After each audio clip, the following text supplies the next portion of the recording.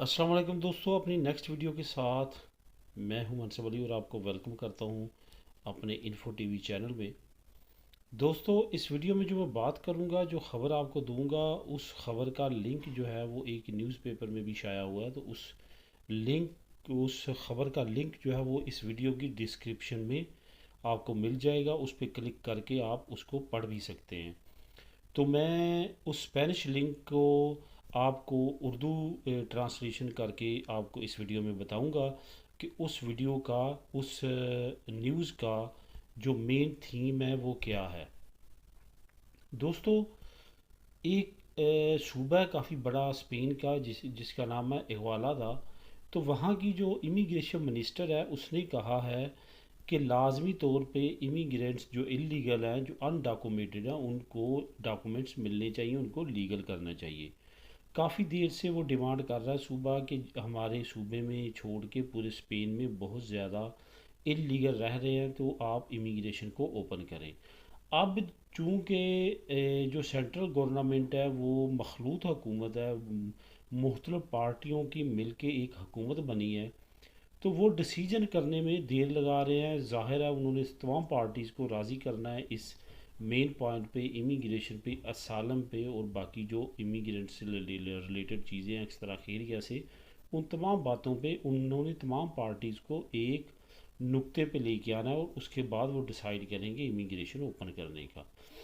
तो अब बात क्या है कि इस इग्वालादा जो सूबा है, इसकी जो मिनिस्टर है उसने ये ऐलान कर दिया है कि अगर आप इमिग्रेशन जो है वो तमाम लोगों के लिए ओपन नहीं करना चाहते तो कम अज़ कम जो औरतें इलीगल हैं उनको वक्ती तौर पे डॉक्यूमेंट्स दें। और उसने कहा कि हमारे सूबे में इतने ज़्यादा इमिग्रेंट्स हैं, इलीगल हैं, कि हम सूबे की बेस पे तमाम इमिग्रेंट्स को पेपर नहीं दे सकते।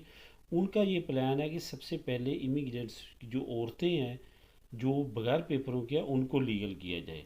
यानी कि पहले औरतों को लीगल किया जाएगा, उसके बाद नेक्स्ट स्टेप पे जो है वो दूसरे इमिग्रेंट्स, मर्द इमिग्रेंट्स जो हैं उनको लीगल किया जाएगा। ये उसका प्लान है और इस प्लान पे वो काम करवाना चाहती है।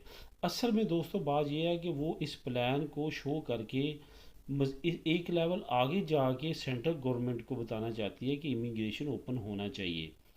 और आप अगर वो न्यूज़ को पढ़ेंगे तो वहाँ पे भी यही लिखा है कि बहुत ज़्यादा हाइप जो है वो क्रिएट हो रही है कि इमिग्रेशन स्पेन की ओपन होनी है।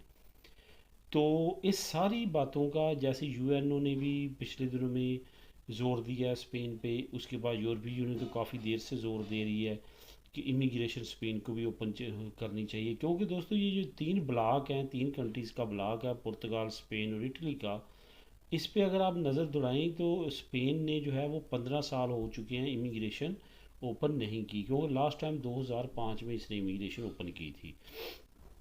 जबकि इटली ने इन 15 सालों में 2 से 3 मरतबा जो है इमिग्रेशन ओपन की है। ये जो तीसरी मरतबा वो इमिग्रेशन ओपन की है, ये 8 साल के बाद ओपन की है। और उसके बाद अगर पुर्तगाल की हिस्ट्री देखें तो पुर्तगाल हर तीसरे चौथे साल इमिग्रेशन ओपन कर रहा है और काफ़ी मरतबा इन 15 सालों में ओपन कर चुका है। तो अब बात आती है स्पेन पे। स्पेन ने बेशक एक अराइगो सोशियाल का कानून लॉन्च किया है इमिग्रेंट्स को इमिग्रेशन देने के लिए, लेकिन वो नाकाफ़ी है। उसके लिए इमिग्रेंट्स को 3 साल वेट करना पड़ता है। उसके बाद उस पर काफ़ी ज़्यादा एक्सपेंस आते हैं, आपको पता है कॉन्ट्रैक्ट का। अब सारी चीज़ें जो हैं इनके सामने अयां हैं, इनको इनसे छुपी कोई चीज़ नहीं है। तो इन सारी बातों को देखते हुए इमिग्रेंट्स के लिए ये बहुत ज़रूरी है कि इमिग्रेशन ओपन की जाए। और जिस तरह से मुख्तलिफ सूबों ने भी अब आवाज़ उठाना शुरू कर दी है, उसके बाद जैसे कि मैंने पिछली वीडियो में आपको जो है वो बताया था कि इमिग्रेंट्स से रिलेटेड इनकी जो पॉलिटिकल पार्टीज़ हैं, बेशक वो इतनी ज़्यादा तादाद में नहीं हैं, लेकिन वो पॉलिटिकल पार्टी ने भी आवाज़ उठाना शुरू कर दी है। उसके बाद ह्यूमन राइट्स जो तंजीमें हैं, एनजीओज़ है, उन्होंने भी आवाज़ उठाना शुरू किया है कि इनको जो इलीगल इमिग्रेंट्स हैं इनको इमिग्रेशन देनी चाहिए।